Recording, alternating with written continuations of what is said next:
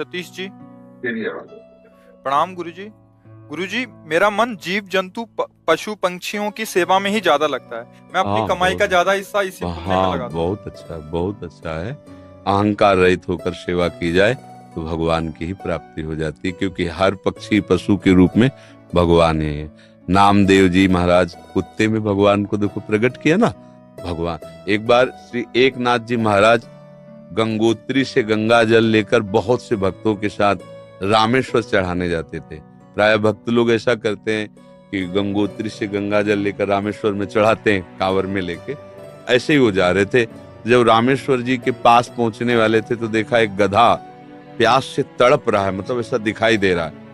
तो उन्होंने विचार किया कि रामेश्वर जी में तो सब जल चढ़ाते हैं और ये प्यासा इसे कोई पिलाएगा नहीं।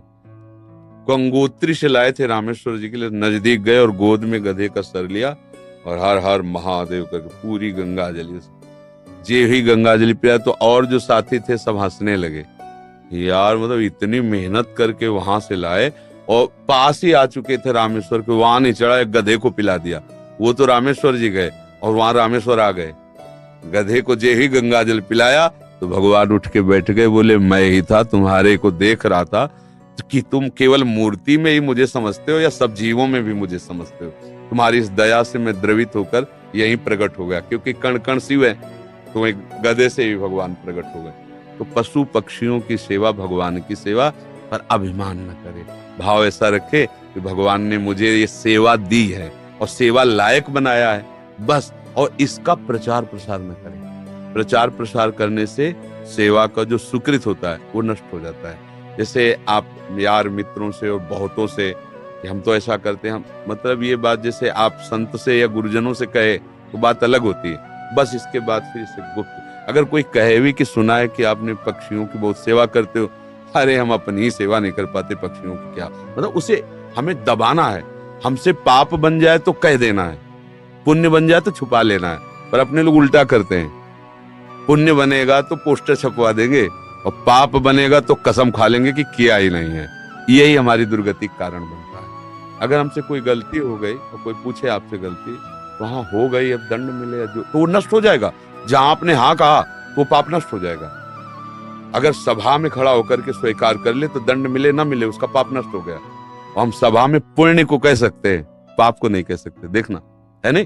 तो अपने इस पुण्य को छुपाओ और पशु पक्षी में भगवत भावना करो। जब उनको दाना डाल रहे हो या फल जो भी, जैसे पशु पक्षी हो, तो भाव करो, हे भगवान आप इन सब रूपों, और बढ़िया पुण्य बन जाएगा और बड़ा लाभ मिल जाएगा। हे भगवान आप इन रूपों में आके सेवा स्वीकार, नाथ हम पे प्रसन्न रहो कि हम सदैव आपकी सेवा करते हैं। भक्ति हो गई, इसी से भक्ति हो गई, सब में भगवान के दर्शन की भावना बनने लगेगी। ठीक है, पर कभी गलत धन कमा के सेवा की भावना मत रखना। मान लो चलो 1 लाख रुपए हम गलत करके ले रहे हैं तो 10,000 की सेवा, वो ठीक नहीं है। ईमानदारी से कमाओ, धर्म से कमाओ, और फिर उससे अगर 10 रुपए की भी सेवा करोगे तो बहुत बड़ी सेवा मानी जाएगी। 10 करोड़ सेवा बेईमानी से वो तुम्हारे लिए बिल्कुल बेकार है। और 10 रुपए गरीब की 1 रोटी जितना पुण्य देगी ना, राजा का उतना पूरा धन का खजाना नहीं, क्योंकि वो मेहनत से करके, और 4 रोटी में 3 में परिवार चलाया, अपने हिस्से की दे दिया दूसरे को, बहुत बड़ा दान हो गया। तो दान का ये भी स्वरूप समझना है कि गंदे आचरणों द्वारा, बेईमानी द्वारा नहीं, धर्म से कमा करके। एक बार राधा बाबा ने भागवत सुनी, तो एक ब्राह्मण आते थे, श्रद्धा से सुना। अब दक्षिणा देने की बात आई तो बाबा ने कहा हम तो सन्यासी हैं, क्या दक्षिणा दें। आज बड़े बड़े लोग बैठे थे, जिसके पास पवित्र धन हो 125 रुपया हमें दे दो। किसी की हिम्मत नहीं निकालने की, क्योंकि बाबा बिल्कुल सत्य पे प्रतिष्ठित महापुरुष। अब पवित्र होना चाहिए, इन्हें दंड मिलेगा, किसी की हिम्मत। एक घास खोदने वाला बगीचे में जो काम करता है, दौड़ के आया, बाबा हमारा पवित्र है। वह कैसे तेरा पवित्र? बोले घास खोदता हूँ, मुझे कोई 1,000-2,000 ले मिलते, 100 रुपया तो हम दे देंगे। बोले हाँ तू दे। 100 रुपया लिया, पंडित जी को दे के, ये है दक्षिणा। हाँ, ये 100 रुपया 100 करोड़ की बराबरी बिल्कुल नहीं हो सकती। वो 100 करोड़ बेकार, वो 100 रुपया अच्छा। धर्म से कमाओ और धर्म से सेवा करो, ये भगवत। डॉक्टर हिमांशु सूरी जी, बठिंडा, पंजाब से। महाराज जी, मेरा ये प्रश्न है, क्या ऐसे महापुरुष जिनका गोलोक वास हो चुका है, उन्हें गुरुदेव रूप में धारण किया जा सकता है? एवं अगर किया जा सकता तो कैसे?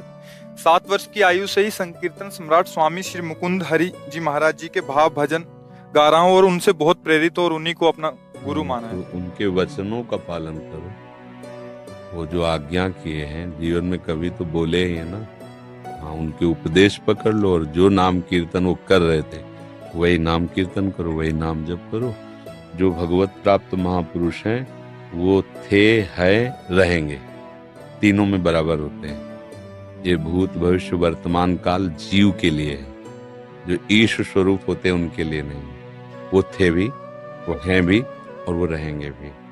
जो महापुरुष हैं किसी को भी, जैसे भाई हनुमान प्रसाद पोद्दार जी, राधा बाबा, उड़िया बाबा, हरि बाबा, ये सब महापुरुष थे, हैं और रहेंगे।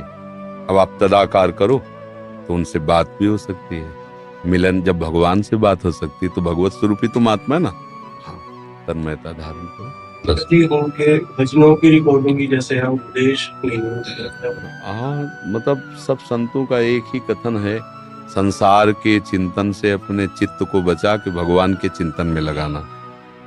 बस बार बार नाम जप करो। जो भी नाम कीर्तन करते हैं ना, वो नाम कीर्तन पकड़ लो, अंदर से जपो, उसी का कीर्तन करो और उनको गुरु मान लो, हो गई बात। समझ रहे? और संतों का संग करते रहो, जिनसे आपका मन मिले, जिनकी बात सुनकर आपको अच्छा लगे और हृदय शीतल हो जाए, उन संतों के वचन प्रगट में सुनते रहो और नाम और गुरु भाव उधर रख लो। मनोज कुमार दिल्ली से। सतगुरुदेव भगवान, आपके चरणों में कोटि कोटि प्रणाम। गुरुदेव भगवान, पराये सभी शिष्य अपने गुरुदेव का मानसिक चिंतन करते हैं, लेकिन गुरुदेव वो परम सौभाग्यशाली शिष्य कौन से लक्षणों से युक्त होता है जो कभी कभी अपने गुरुदेव के चिंतन में भी आ जाता है? जिसका अस्तित्व खत्म हो जाता है वो कभी कभी नहीं, वो गुरुदेव में ही हो जाता है। जब तक शरीर और शरीर के भोग और शरीर संबंधियों से अपनापन है, तब तक गुरुदेव को हमने माना है। जैसे सांसारिक किसी को हमने पिता माना, माता माना, रिश्ते नाते मान, उसी में एक और नाता मान लिया, गुरु। अब जिसने अपना अस्तित्व अहम में टिका होता है, जिसने अपना अहंकार गुरु जी के चरणों में दे दिया, अब जैसे आपकी आज्ञा वैसा ही हमारा जीवन है। आपका कृपा कटाक्षी हमारा मोक्ष मूलम गुरु कृपा। जिसने गुरुदेव को अपना अहम देकर सतत उनकी आज्ञा पर चला, तो गुरुदेव को चिंतन नहीं करना होता। गुरुदेव उसके हृदय में बैठते हैं, वो गुरुदेव के हृदय में सदैव रहता है। भगवान अपने भक्ति के लिए कहते साधु हृदय में हम, साधु नाम हृदय। मैं उनका हृदय हो जाता हूँ, वो मेरा हृदय हो जाते हैं। और सही पूछो तो वो गुरु स्वरूप ही हो जाता है। सच्चा शिष्य वही जो गुरु स्वरूप हो गया। जैसे प्रियालाल जिसको अपना परिचय दे देते हैं तो प्रियालाल मैं हो जाता है, उसमें कोई अंतर नहीं। जानत तुम्हें हो जाए, सोई जाने जेहि देहु जनाई। जिसे वो जना देते हैं वो उन्हीं के मैं हो जाता है। ऐसे गुरुदेव का सच्चा शिष्य वही है जो गुरु स्वरूप हो जाता है। सांसारिक राग, सांसारिक भोग, सांसारिक चिंतन रहित, सदैव गुरु के बताए हुए नाम मंत्र में तल्लीन है, वही गुरु का स्वरूप हो जाता है। गुरु निष्ठा, नाम निष्ठा, धाम निष्ठा, इष्ट निष्ठा, ये बड़ी दुर्लभ बातें हैं, किसी बिरले के हृदय में आती है। और ये निष्ठा आ गई तो निश्चित वो उसी को प्राप्त हो जाता है जिसकी जो, जैसे अभी हमारी शरीर निष्ठा है सबकी, तो हमें भोग की चाह है, मान की चाह है, प्रियता है, संसार सारा प्रपंच है। और जिस दिन भगवान निष्ठा आ गई तो सारा प्रपंच खत्म हो गया, भगवत निष्ठा आ गई। भगवान के चरणारविंद में आसक्ति प्रेम, या प्रियालाल के चरणारविंद में आसक्ति प्रेम। पहले तो समझना है कि इष्ट और गुरु केवल कहने को दो शब्द हैं, पर्यायवाची, दो नहीं है। वही लाडली ही अपने रस का विस्तार करने के लिए हमारे जैसे शब्द बोलने वाला रूप धारण करके हमको समझाती हैं। हमारे आचार्य, हमारे गुरुदेव हमारी लाडली ही है, दूसरा कोई नहीं। गुरुदेव ही लाडली है, लाडली ही गुरुदेव है, दूसरा कोई उनको कौन जान सकता है, वही जान सकते हैं। तो वही आके अपना परिचय देते हैं आचार्य रूप में, गुरु रूप में, भगवत प्रेमी महात्माओं के रूप में। देखने को ढांचा पंच भौतिक होता है, अंदर हृदय सिंहासन पर युगल सरकार विराजमान होते हैं, वही अपना विस्तार करते रहते हैं। समझ में आ रहा है ना? इस प्रकार आपने सुना कि जो लोग पशु पक्षी या कुत्तों को भोजन देते हैं उनके लिए क्या कल्याण होता है अथवा उनको क्या लाभ प्राप्त होता है। इसलिए आज से आप भी पशु पक्षियों के लिए भोजन देने का कार्य प्रारंभ कर दीजिए। निश्चित रूप से आपका कल्याण होगा। जय श्री राधे कृष्ण।